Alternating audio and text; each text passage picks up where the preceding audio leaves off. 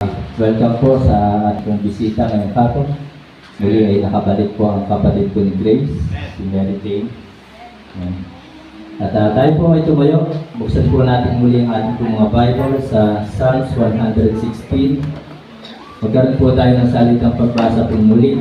Basahin po natin ang whole chapter, verse 1 to 19.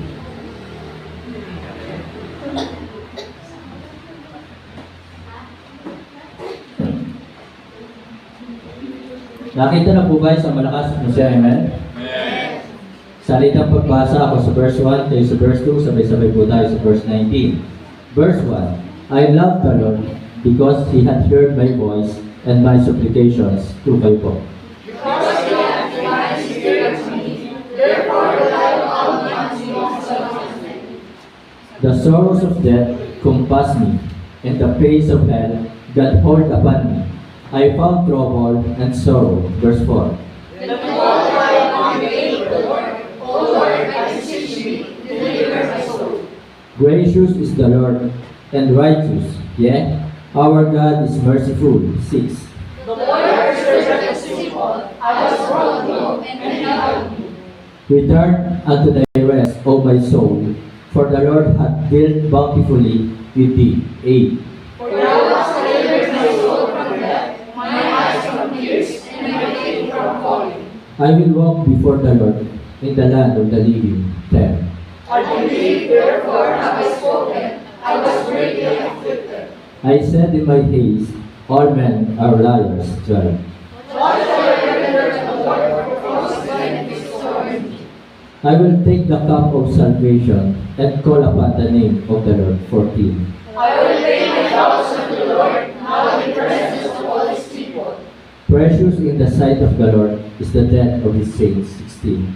O Lord, truly I am Thy servant. I am Thy servant, and the son of thine handmaid. The gospel is my cause. I will offer to Thee the sacrifice of thanksgiving and will call upon the name of the Lord. 18. I will pay my vows unto the Lord, now in the presence of all His people. Verse 19, all together, ready, read. In the courts of the Lord's house, in the midst of thee, O Jerusalem, praise ye the Lord. Tayo po lahat ay umupo, pinipil tayo ay manalangin. Ama namin Diyos, salamat. Salamat sa iyong awat habag. Salamat sa iyong kabutihan katapatan. Salamat sa iyong dakilang pag-ibig. Ama, muli kami po ay lumalapit sa iyong harapan. Sa oras na ito, sa hapon ito, magkakaroon po kami ng Lord's Supper. Aming pong alalahanin ang kamatayan, pagkalibing, at muling pagkabuhay ng aming pong Panginoong Jesus. Tunay na hindi po kami karapat-dapat sa kaligtasan, sa mga biyaya na patuloy mo pong binibigay sa amin, sapagkat kami mga taong makasalanan. Ganun pa man, ninais mo na kami po ay maligtas. Ninais mo na magkaroon kami ng buhay na walang hanggan. Ninais mo na kami po ay mapabilang sa iyong mga anak. Salamat sa iyong awat habag. Salamat sa mga biyaya na patuloy mo pong binibigay sa amin. Salamat po sa pribilehiyo na magamit sa inyong gawain, makapaglingkod po sa inyo. Sa hapong ito, dalangin ko po, itago mo po akong muli sa inyong pong likuran. Ikaw ang siya may taas, ikaw ang siya mabigyan ng kalwalhatian at ng parangal. At dalangin ko po, Banal Espiritu, kayo po siya mangusap sa puso ng bawat isa. Nawa, kami po bilang iyong mga anak ay makita sa amin ang pagmamahalan, makita sa amin ang pagsunod sa iyong mga kalooban, sa iyong mga utos, at makita sa amin na naghahari sa aming puso ang iyong pag-ibig. Salamat sa mga kapatiran na nandirito ngayon. Pagpalain mo po ang kanilang buhay. Patuloy mo po kami gamitin. Use us mightily for your glory. Ibinabalik ko po sa iyo, Ama, lahat ng papurit pa sa salamat. Ito po yung aming dalangin sa pangalan po ng aming Panginoong Jesus. Amen. Okay, pwede na pong po. So mga kapatid, muli, nais ko pong balikan ang mga talata sa verse 12. What shall I render unto the Lord? For all His benefits toward me. Tunay ng ating pong Panginoon ay mapagbiyaya at sumasagana ang kanya pong biyaya sa atin. At nakita ko nga po dito sa ating pong binasa na sinabi po dito sa verse 7, tingnan niyo po ang inyong pong Bible sa verse 7, Return unto thy rest, O my soul, for the Lord hath dealt bountifully with thee. Na talagang ang biyaya po ng Panginoon sa atin ay sumasagana at tunay na kahit marami tayong pagkukulang, ang Panginoon ay nananatiling tapat sa atin. Ang Panginoon ay patuloy na gumagabay sa atin. Tayo po ay iniingatan sa bawat sandali ng ating buhay. Kaya talagang gracious is the Lord. So talagang ang ating pong Panginoon ay mapagpiyaya. At ngayon, ang tanong nga po sa atin, what shall I render unto the Lord? Ano yung ating ibabalik? Ano ang ating igaganti sa ating Panginoon? Para bagang sa magulang. So, yung anak na ginawa ng kabutihan ng kanyang magulang, yung anak na pinag-aral, yung anak na pinalaki ng kanyang magulang, yung anak na pinaglalaba ng kanyang magulang ng kanyang mga damit, anak na pinagluluto ng pagkain, ano ang igaganti ng mga anak sa kanyang magulang? At tayo po ay tinatanong din sa atin ngayon, ano yung ating igaganti, ano ang ating ibabalik sa Panginoon? What shall I render unto the Lord? Sa mga kabutihan, biyaya, blessings na binibigay ng Panginoon sa atin. Ano po ang ating igaganti? So ngayong hapon po mga kapatid, mga minamahal, this question tells us that we need, una, sabi nga po dito sa verse 12, what shall I render unto the Lord for all His benefits toward me? So this question tells us that we need to remember always the goodness of the Lord.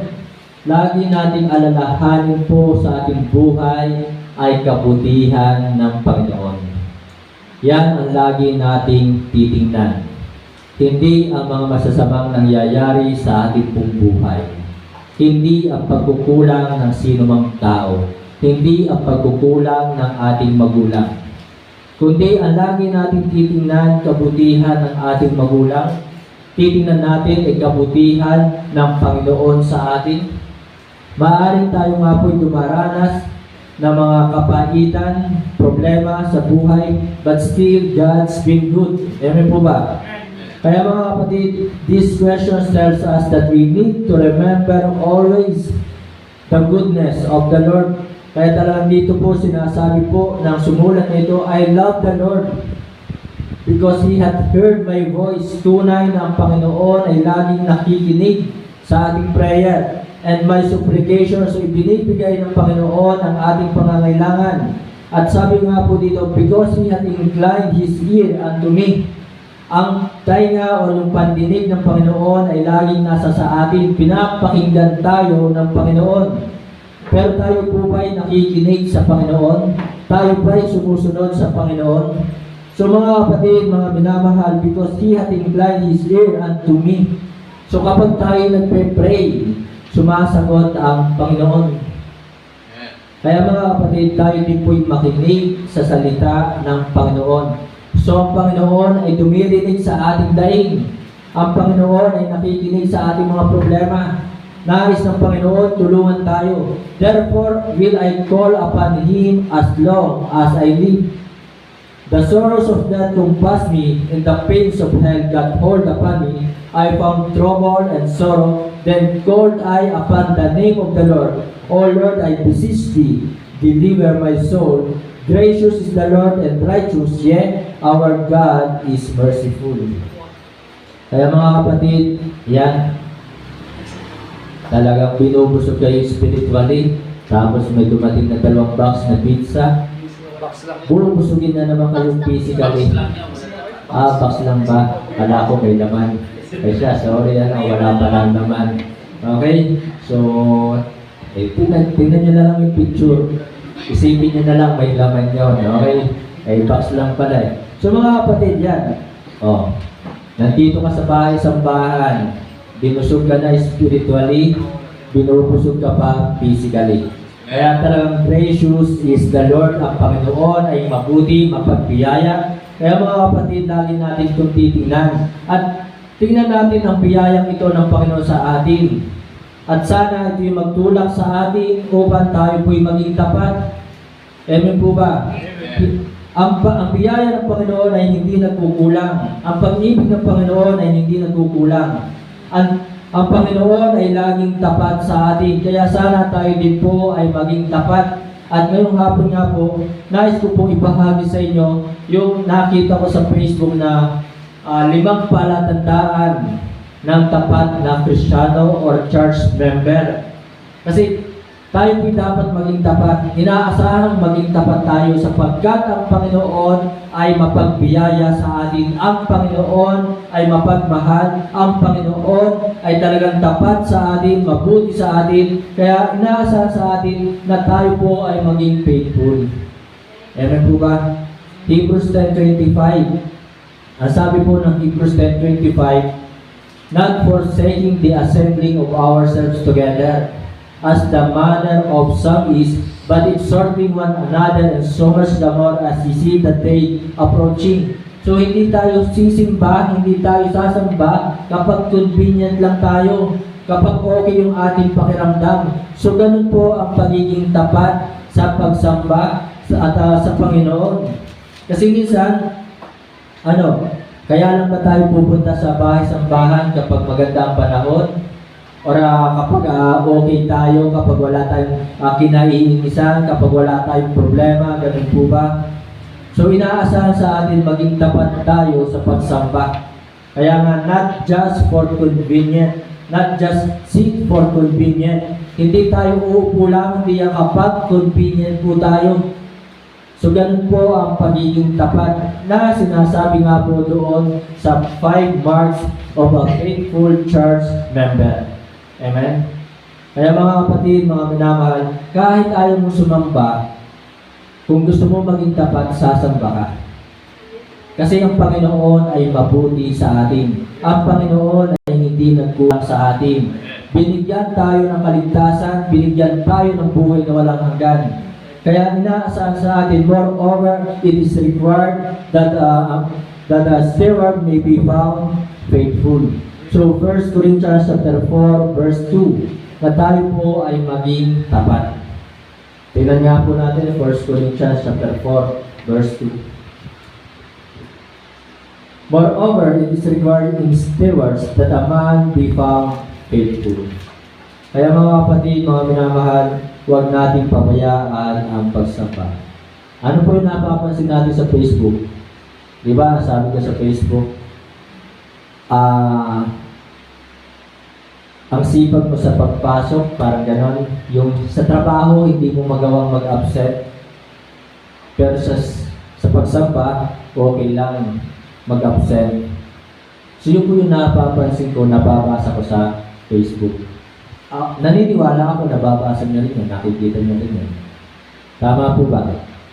Pero ang nangyayari minsan, wala lang, ignore lang, scroll na ulit. Diba? So sana yung mga ganung bagay, binabasa natin at yung mensahe po noon ay dapat tumitimo sa ating puso. Kasi may mga tao, yun, ang tawag pa nga nila Facebook ministry. So, yung palang ginagawa ko na pagpo-post ng mga activities natin dito sa church, pagpo-post ng mga preaching, so yung tawag pala doon, Facebook ministry. So, ang nais lamang po ng mga tao ito na nag-propose ng mga ganito na talagang ang mga tao maakay palapit sa Diyos kay Kristo. Amen? Kasi ang tao ngayon, saan pa sila lumalapit? Sa mga bagay sa mundo ito. Tingnan nga natin yung 1 Peter chapter 3 kung hindi ako nagkakamali. 1 Peter chapter 3 verse 18 or 50. Tingnan nga po natin. 1 Peter chapter 3. Yan, verse 18. So sabi po dito, for Christ also hath once suffered for sins. So ito po yung biyaya ng Panginoon sa atin, ng ating Diyos, na si Kristo ay nagtiis para sa ating mga kasalanan. Huwag ka na mag-shades. Tinatago mo yata pag-take. Okay. So, sabi po dito, for Christ also hath once suffered for sins, that just for the unjust, that He might bring us to God. Si Kristo po ay nagtiis at napako sa krus, nagsakripisyo upang tayo po ay may panumbalik sa Diyos, madala pabalik sa Diyos. Kaya yung mga nagpo-post po sa Facebook ng mga patungkol sa Diyos, patungkol sa kaligtasan, patungkol sa mga ginagawa natin dito sa church, ay ang nais lamang po nila ang mga tao ay mapanumbalik sa Diyos. Amen? So that He might bring us to God, sapagkat ito ang ginawa sa atin ni Kristo. Bumaba si Kristo dito sa lupa upang tayo kanya maakay, madala sa langit, sa Diyos. Amen? So that He might bring us to God, being put to death and the flesh, but quickened by the Spirit. Kaya mga kapatid, mga minamahal, sana ganun din po yung ating gawin. Bilang tayo po yung mga Kristiyano, kaysa sa ML ang ating i-post sa Facebook, di ba? Double kill. Ano pa sinasabi doon? Mga double kill na yan. Di ba? Savage. Di ba? Ako, kalabasan na lang. Di ba? So mga kapatid, yun na lang po i-post natin, mga Word of God. That He might bring us to God.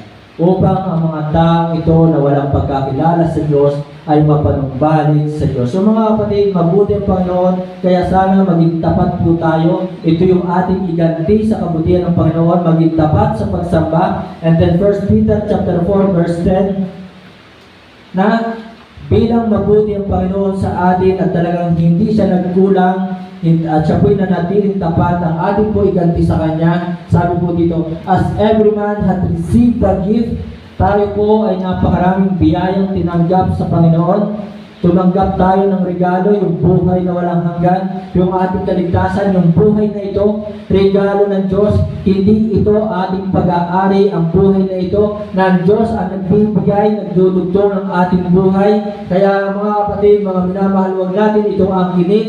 And then sabi po dito, even so minister the same one to another as good stewards of the manifold grace of God. So ang tapat na Kristiyano, isa sa tanda ng tapat na Kristiyano, willing to serve. Amen?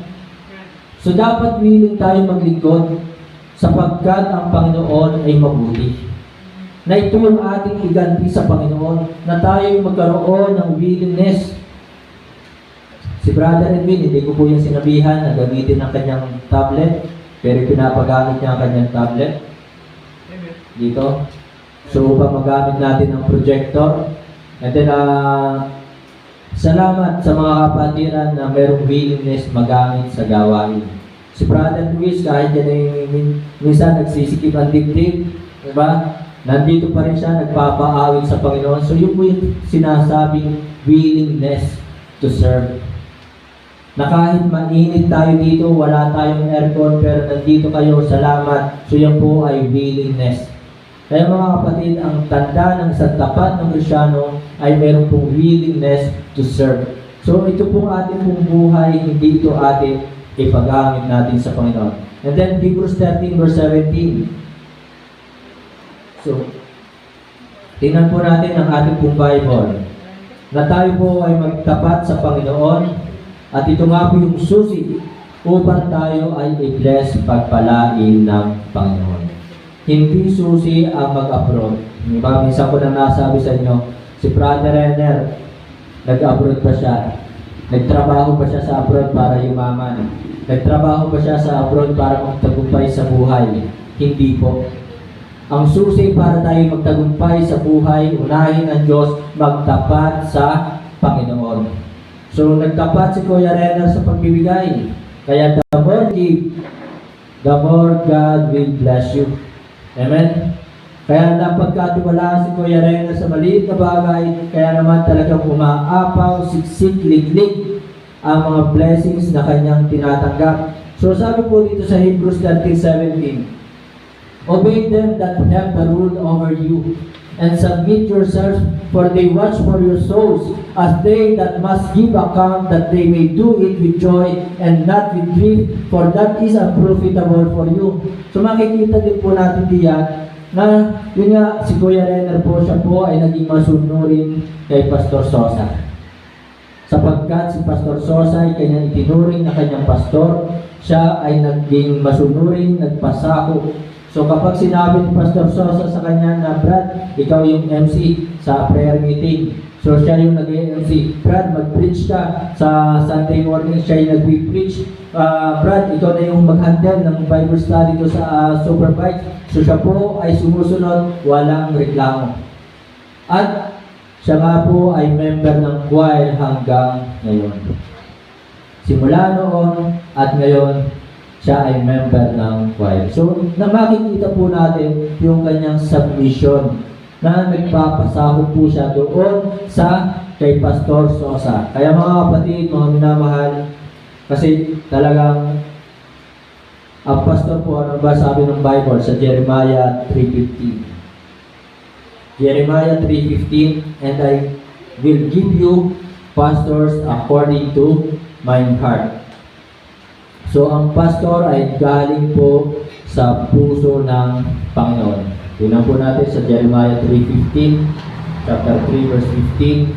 And I will give you pastors according to mine heart, which shall feed you with knowledge and understanding. So, naalala ko na naman si Pastor Kenneth. Nahihirapan mag-preach kapag Sunday. Bakit? Kung kailan Sabado, nag-aaway sila ng kanyang asawa. So, yun po yun.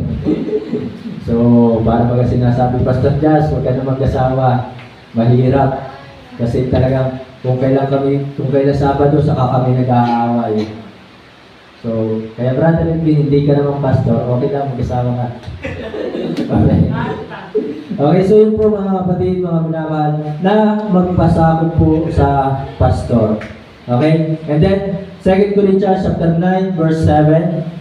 Ito pa po yung mga tanda ng isang tapat na Kristiyano. Tingnan po natin sa 2 Corinthians chapter 9, verse 7.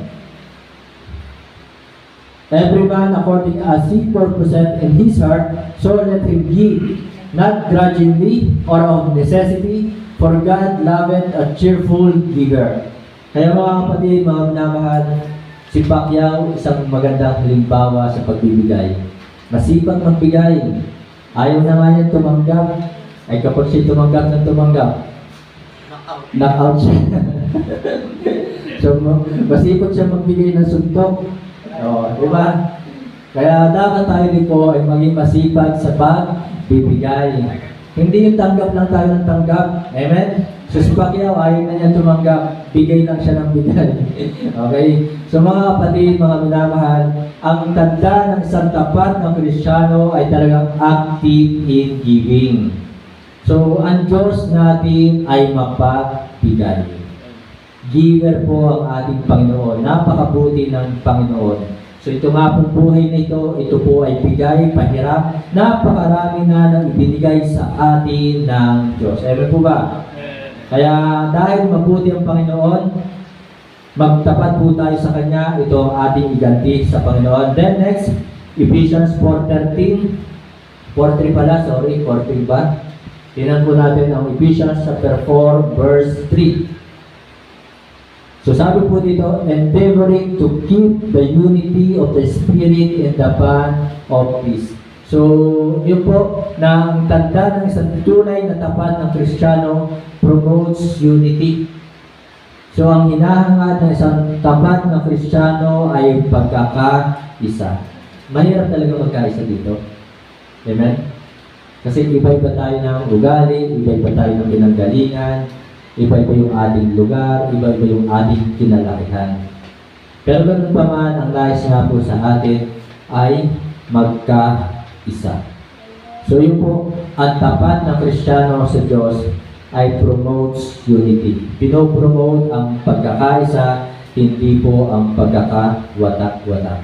So remember always the goodness of the Lord. Next, balikan po natin ang Psalms 116, verse 8. Ano po sabi po ng Psalms 116, verse 8? What shall I render unto the Lord for all His benefits toward me? So these questions, mga kapatid, mga minamahal, tells us that we need to reach more souls for Christ.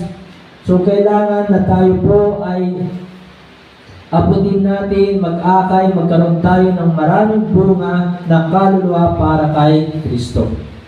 So sabi po sa verse 8 ng Psalms 116 verse 8, "For thou hast delivered my soul." So tayo po ay iniligtas ng Panginoong Jesus yung ating kaluluwa. Amen?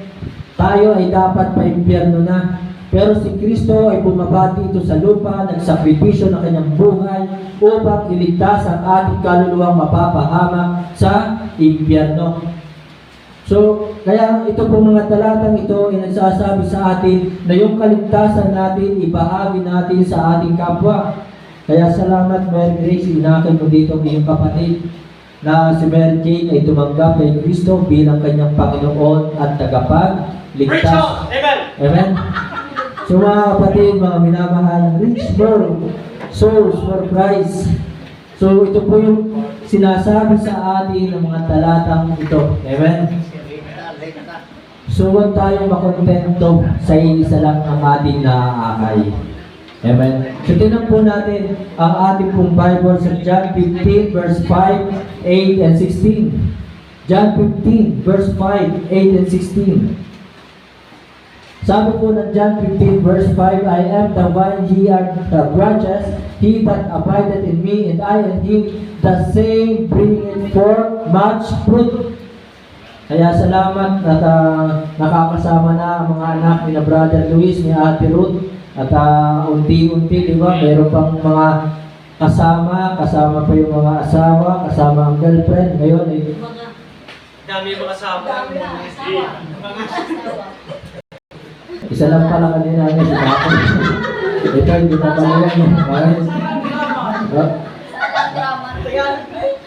Kaya sabi ko sa inyo, ako hindi magaling magsalita. Pero salamat nagagamit sa gawain. Preach out! So ang gawain ay hindi pagalingan. John 15 verse 5, punta na tayo dito. Okay? So sabi po dito, "The same bringeth forth much fruit," na inaasahan sa atin, magbubunga tayo ng marami, hindi lamang isa, hindi lang dalawa, hindi lang tatlo, kundi bring it forth much fruit, for without me, you can do nothing. And verse 8, sabi po ng verse 8, "Herein is my Father glorified, that ye bear much fruit, that ye bear much fruit. So shall ye be my disciples." So mga kapatid, mga minamahal, habang tayo tumatagal na Kristiyano, inaasahan sa ating mag-aakay tayo ng kaluluwa ng marami, hindi lang isa. Ang nais ng Diyos talagang ang bawat tao ay maligtas. Kaya kung ikaw ay ligtas, hangarin mo na ligtas ang iyong asawa, hangarin mo na ligtas ang iyong anak, hangarin mo na ligtas ang iyong kapatid, hangarin mo na ligtas ang iyong kamag-anak, kapitbahay, kaibigan, katrabaho. Hindi lamang tayo ang dapat maligtas. Preach out! Ito ang ating iganti sa Panginoon. What shall I render unto the Lord? So, yun po mga kapatid na katulad yan, yung ating napaptize last Sunday, hindi pa siya marunong mag-share ng salvation. Pero anong ginawa niya? Nag-invite siya ng bisita. In-invite niya ang kanyang kaibigan. So, ito yung ating iganti sa Panginoon na tayo po'y mag-akay ng kaluluwa. Verse 16, "Ye have not chosen me, but I have chosen you and ordained you that ye should go and bring forth fruit." Tayo ay pinili at itinalaga na magbunga, mag-akay. Kaya salamat na talaga may mga Kristiyano na ang kanilang isip, ang kanilang pinagtutuunan ng pansin, pag-aakay ng kaluluwa. Doon sila nagiging busy sa pag-aakay ng kaluluwa. Kaya mga kapatid, mga minamahal, napakaganda po talaga na nag-aakay ng kaluluwa, nagbabahagi ng kaligtasan. So, reach more souls for Christ. So, ito po yung nais ng Diyos sa atin. Kaya sabi po ng 2 Peter chapter 3, verse 9, tingnan po natin ang ating pong talata. Sa 2 Peter chapter 3, verse 9, na sinasabi po doon ng ating pong Panginoon ay, "The Lord is not slack concerning His promise, as some men count slackness, but is long-suffering to usward, not willing that any should perish, but that all should come to repentance." So hindi nais ng Diyos na mga tao ay mapahamak sa impyerno. Pero bakit mayroong mga tao na napapahamak sa impyerno? Tinatanggihan si Kristo. Tinatanggihan ang Panginoong Jesus. Kaya salamat sa Panginoon na tayo ay hindi tumanggi, tayo ay sumampalataya, tinanggap natin si Kristo bilang ating Panginoon at tagapagligtas. Kaya mga kapatid, mga minamahal, sana dito tayo nagiging busy sa pag-aakay ng kaluluwa. Hindi naman sinabi huwag ka na magtrabaho, hindi naman sinabi na huwag ka na mag-aral, pero sana meron din tayong oras para mag-imbita ng ating kaibigan. Kaya kayo po, kung gusto niyo pong matuto ng pag-aakay ng kaluluwa, meron po tayong Bible Institute at meron tayong subject na personal evangelism. Ang nagtuturo po dyan ay si Brother Luis. Kaya sana isang araw sila'y lumabas para makita yung actual na pagpapahagi ng salita ng Diyos. So yun po mga kapatid, what shall I render unto the Lord? These questions tell us that we need to reach more souls for Christ. And then last mga kapatid, verse 17. More! Okay, sige, more. Sabi po ng verse 17 ng Psalms 116, verse 17, I will offer to thee the sacrifice of thanksgiving and will call upon the name of the Lord. And then, tingnan nyo po ang verse 16, O Lord, truly, I am thy servant. I am thy servant and the son of thine handmaid. Thou hast loosed my bands. So mga kapatid, mga minamahal, ano yung ating igaganti o ibabalik sa Panginoon? Dahil siya naging mabuti sa atin, dahil tayo pinagpala ng Panginoon, tayo ay iniligtas ng Panginoon. So ito po, tanong na ito ay nagsasabi sa atin na kailangan natin, we need to render our life to God. We need to render our life to God.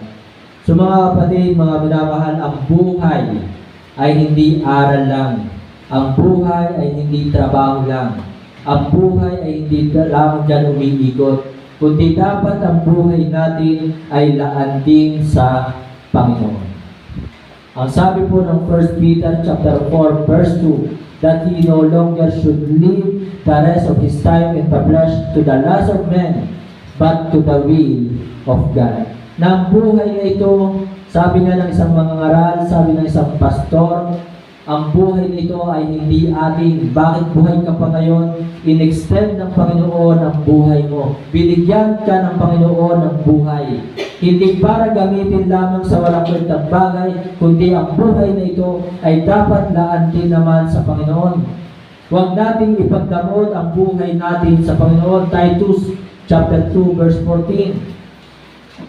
Ang buhay ng Diyos ni Kristo ibinigay sa atin. Hindi niya kailanman ipinagdamot. At ang mga bagay sa mundong ito ay hindi pinagdadamot ng Panginoon. Amen? So tingnan muna natin ang Titus 2:14. Who gave Himself for us, that He might redeem us from all iniquity. Ibinigay ni Kristo ang kanyang sarili, ang kanyang buhay para sa ating lahat, hindi sa pinili. Upang tayo po ay matubos niya sa lahat ng ating mga kasalanan and purify unto Himself a peculiar people, zealous of good works.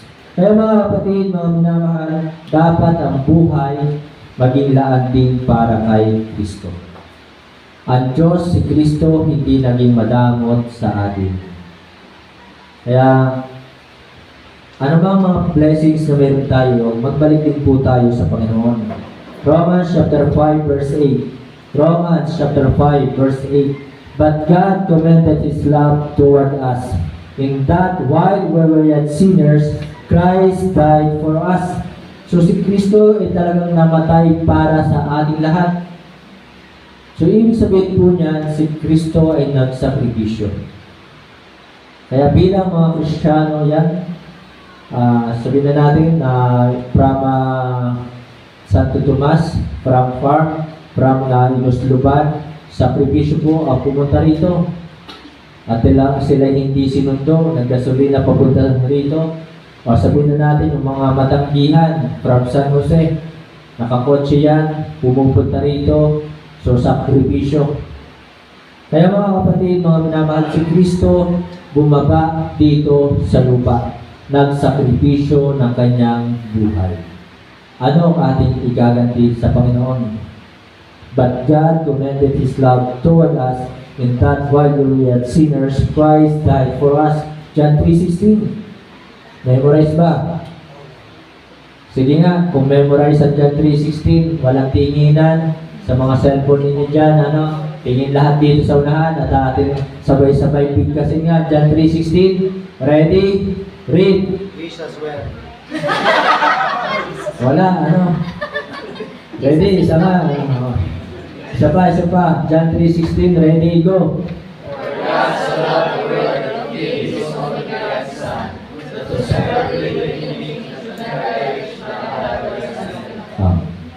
So sabi po doon, for God so loved the world that He gave His only begotten Son. So ibinigay ng Diyos ang kanyang bugtong na anak. Bigatin ba? Bigatin eh. Kaya ano po yung ating igaganti sa Panginoon? What shall I render unto the Lord?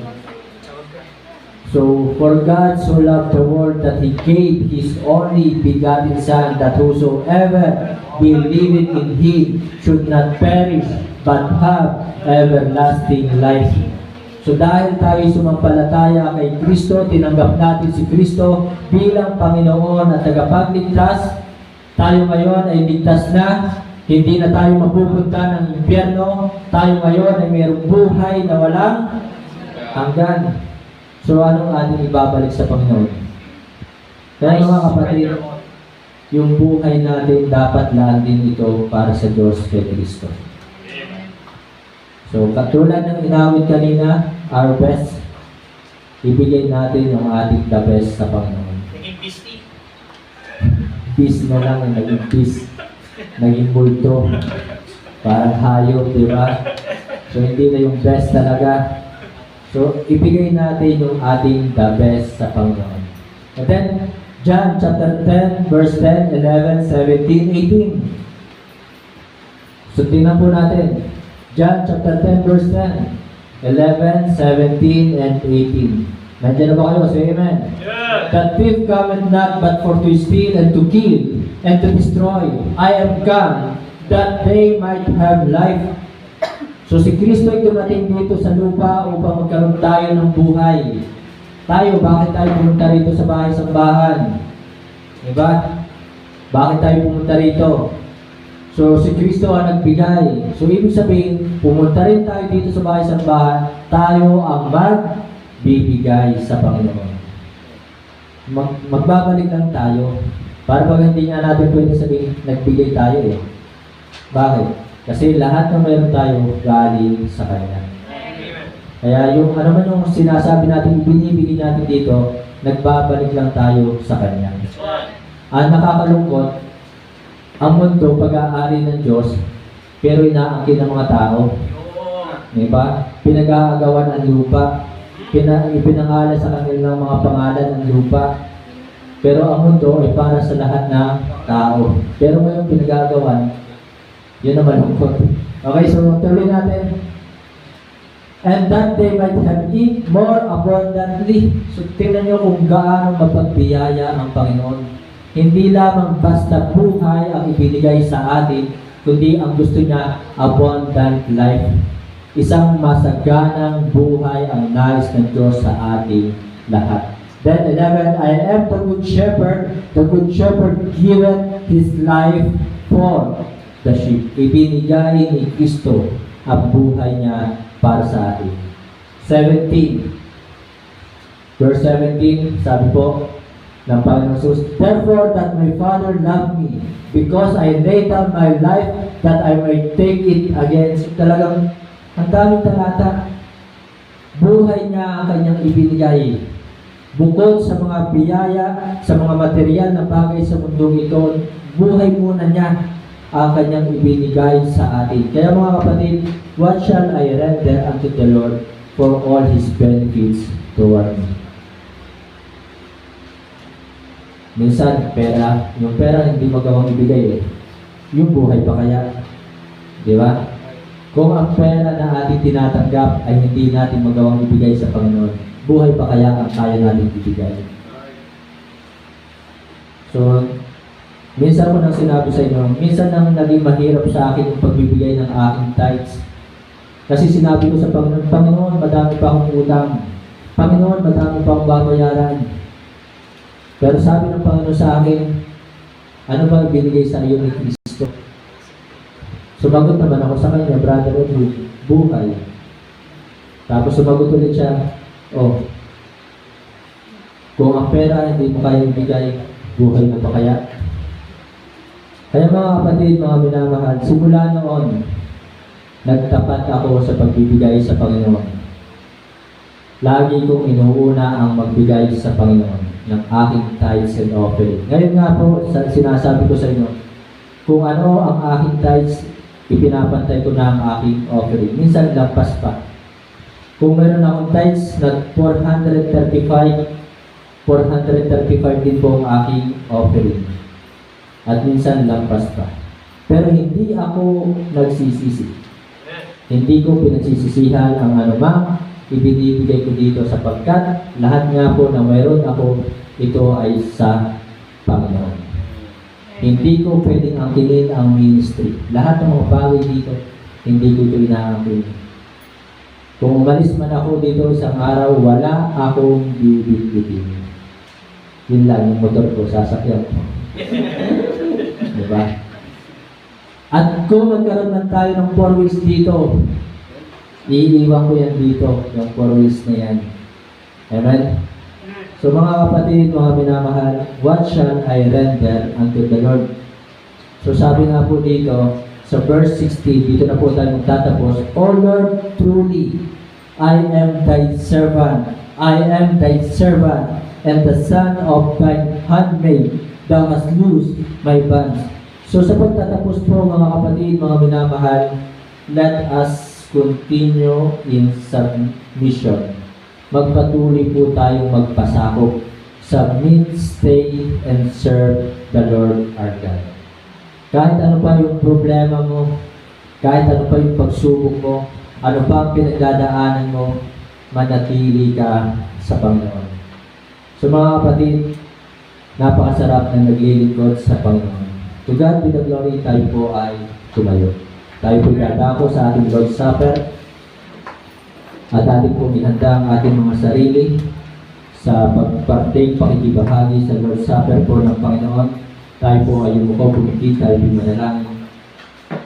Ama namin Diyos sa langit, salamat po Ama sa kapatawaran ng aming mga kasalanan. Ngayong hapong ito, aming pong inaangkin ang kapatawaran sa aming mga kasalanan. Ikaw ang aming Diyos na mawain at mahabagin. Ikaw ang aming Diyos na mapagpatawad. Salamat na kami po ay nilinis ng dugo ng aming pong Panginoon Jesus. Maaaring kami po ay nagkakasala pa rin, nakakagawa ng mga bagay na hindi ayon sa kalooban mo. Sa oras na ito, kami po ay sama-samang lumalapit, humihingi ng kapatawaran sa mga kasalanan na aming nagawa. At sana bilang ganti nga po sa mga kabutihan mo po sa amin, sa ito po katapatan, sa mga biyaya na patuloy mong ibinibigay sa amin, layuan na namin ang anumang uri ng kasalanan. Mamuhay kami na mayroong kabanalan. Pakalinisin mo po ang aming pong puso't isipan. Habang ang lahat ay nakalukot na kapitid, mga kapatid, mga minamahal, tayo po ay darako ngayon sa pag-alala ng hapunan ng ating Panginoon. Kung mayroon po kayo nais ilapit sa Diyos, ihingi ng tawad sa Panginoon, magkakaroon po tayo ngayon ng 2 minuto na panalangin upang tayo po ay magkaroon ng personal na paglapit sa Panginoon. At simula na po ngayon ang 2 minuto. Sige po, luhod po tayo, lapit po tayo sa Panginoon.